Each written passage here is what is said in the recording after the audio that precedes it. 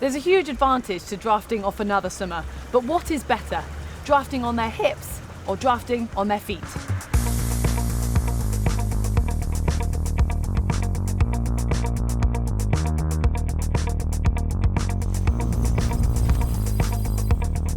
There are two trains of thought with drafting, either drafting to make it easier or drafting to improve your swim time. If you just want to get around the swim and jump onto your bike feeling fresh, then try drafting off a swimmer of a similar pace to you.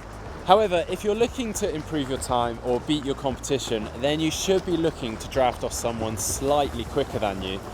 You'll still have to work hard, but they should be pulling you along at a slightly quicker pace. Essentially, it's free speed. You're swimming faster for the same effort. Drafting on the hips is often unavoidable in a mass start, so it's worth learning how to do it properly. When done well, you should feel like you're surfing the wake off their hips. However, this can sometimes cause issues for the swimmer that you're drafting. The occasional knock or tangle of the arms can be off-putting, but most noticeably it's the drag that they'll feel. It's said that the drag is caused by the drafter disturbing the water around the draftee, but we're a little out of our league with the science on that one. To get an effective draft on the hips, you should position yourself so that your head is in line with the other swimmer's hips. You want to get yourself as close as possible, but avoid swimming over the top of them. Otherwise, you're just going to slow both of you down. Around a foot away should do it.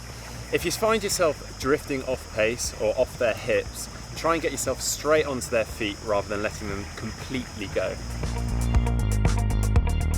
When you watch the ITU and pro races, you will often see a lead swimmer sat on the front setting the pace whilst the others follow on their feet. Whilst it's not as easy as drafting on the hips, you can help the overall pace of the swim because it's not slowing the lead swimmer down. To draft on feet, you should be swimming as close to their toes as possible. However, make sure you're not tapping their feet on every stroke, otherwise you may end up with an enemy running into T1.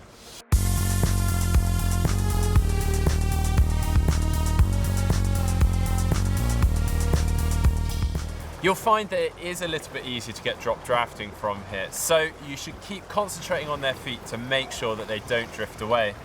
If a gap does open out at all, just accelerate for a few strokes to get yourself back on, and trust me, it is worth it in the long run.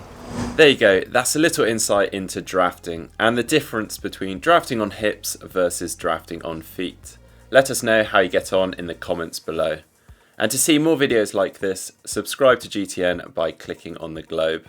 And to see our 4 swim workouts video, just click above.